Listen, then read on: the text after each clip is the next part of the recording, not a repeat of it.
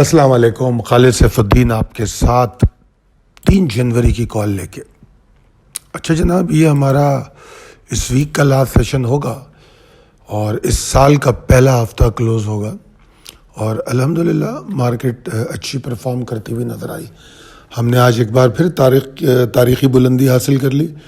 1,17,120 پہ کلوزنگ ہوئی مارکیٹ کی اور 1,18,000 ہم نے اچیو کر لیا. 1,18,368 کا ہائی رہا. تو یہ ایک بڑی شاندار ہسٹوریکل موو تھی. اب آ جاتے ہیں آج کے سیشن پہ. آج کے سیشن پہ آنے کے لیے ضروری ہے کہ آپ کے ذہن میں پچھلی کال ہمیشہ موجود رہے. پچھلی کال میں آپ کو 1,18,023 کا ایک انیشیل ٹارگٹ دیا گیا تھا کہ یہ تو اچیو ہو جائے گا اور پھر دیکھنا ہے کہ ہم وہاں کیسے والیوم جنریٹ کرتے ہیں اور کس طرح مارکیٹ موو کرتی ہے، تو مزید پھر اوپر جانے کی بات وہاں سے ہوگی. اور اگر ہم آج کی مارکیٹ کو دیکھیں تو مارکیٹ نے 1,18,000 اچیو کیا اور یہ اچیومنٹ مارکیٹ کو صبح ہی مل گئی. پری اوپن کے بعد میرے خیال میں 10:15 بجے 10:15 بجے ہم 1,18,367 کا ہائی بنا چکے.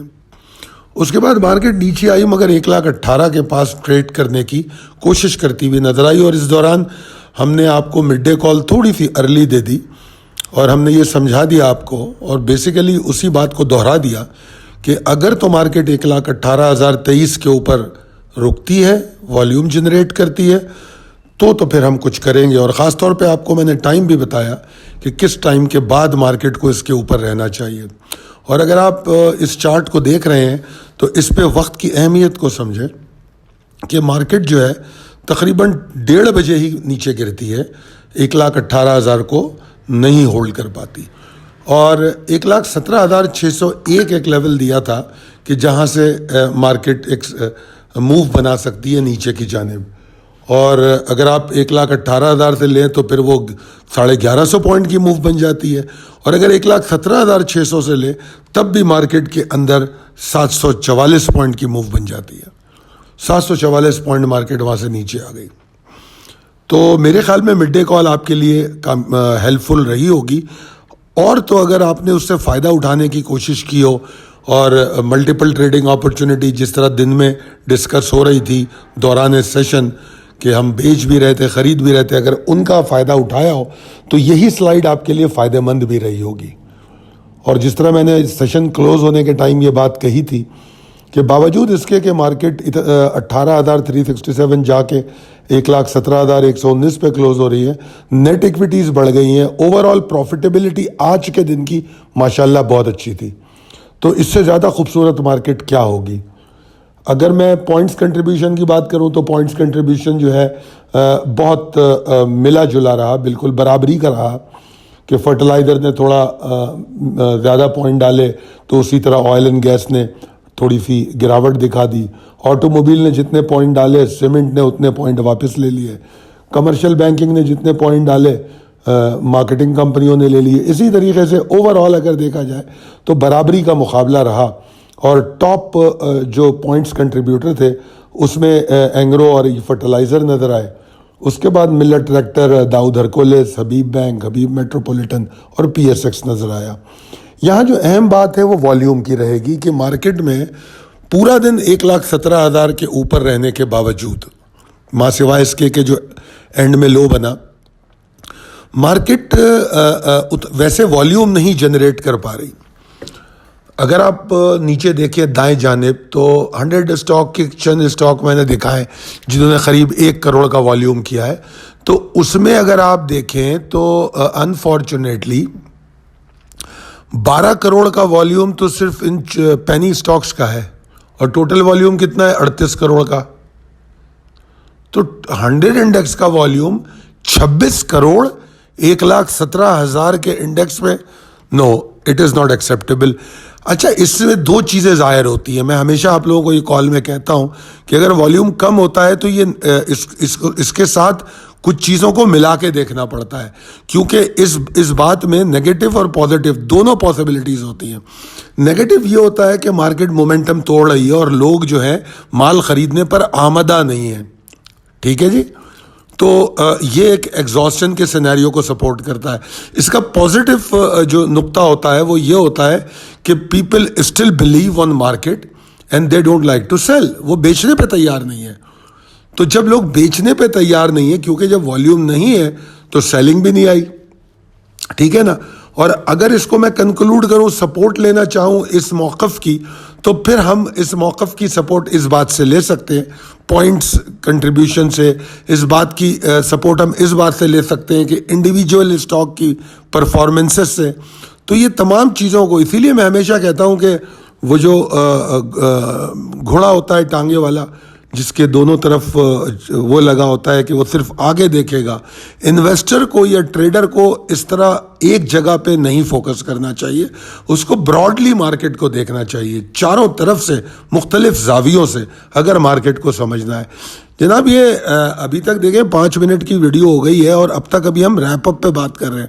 تو اتنی محنت جو میں ریپ اپ سلائیڈ بنانے میں کرتا ہوں یا آپ سے گفتگو میں کرتا ہوں جو آج کے سیشن کے اہم مشاہدات پر, تو اس کی وجہ یہی ہوتی ہے کہ آپ لوگ اس کو بہتر طور پہ اگلے دن کو سمجھ سکیں. کیونکہ اب جو ٹیکنیکل پاسبلٹیز ہم آپ کو بتائیں گے, اس کو آپ نے اسی زاویے سے کل کی مارکیٹ میں, لائیو مارکیٹ میں دیکھنا ہے. ہمارے گروپس پہ تو یہ روز ڈسکس ہوتی ہیں. تو آ جاتے ہیں تکنیکی منظرنامے پر. دیکھیے آگے تو میں 2 چیزیں یہاں بتانے کی کوشش کر رہا ہوں کہ میں انڈیویجول اسٹاکس میں کچھ اسٹاکس کو بہت اچھا دیکھ رہا ہوں, اس میں کافی آپٹیمسٹک ہوں میں.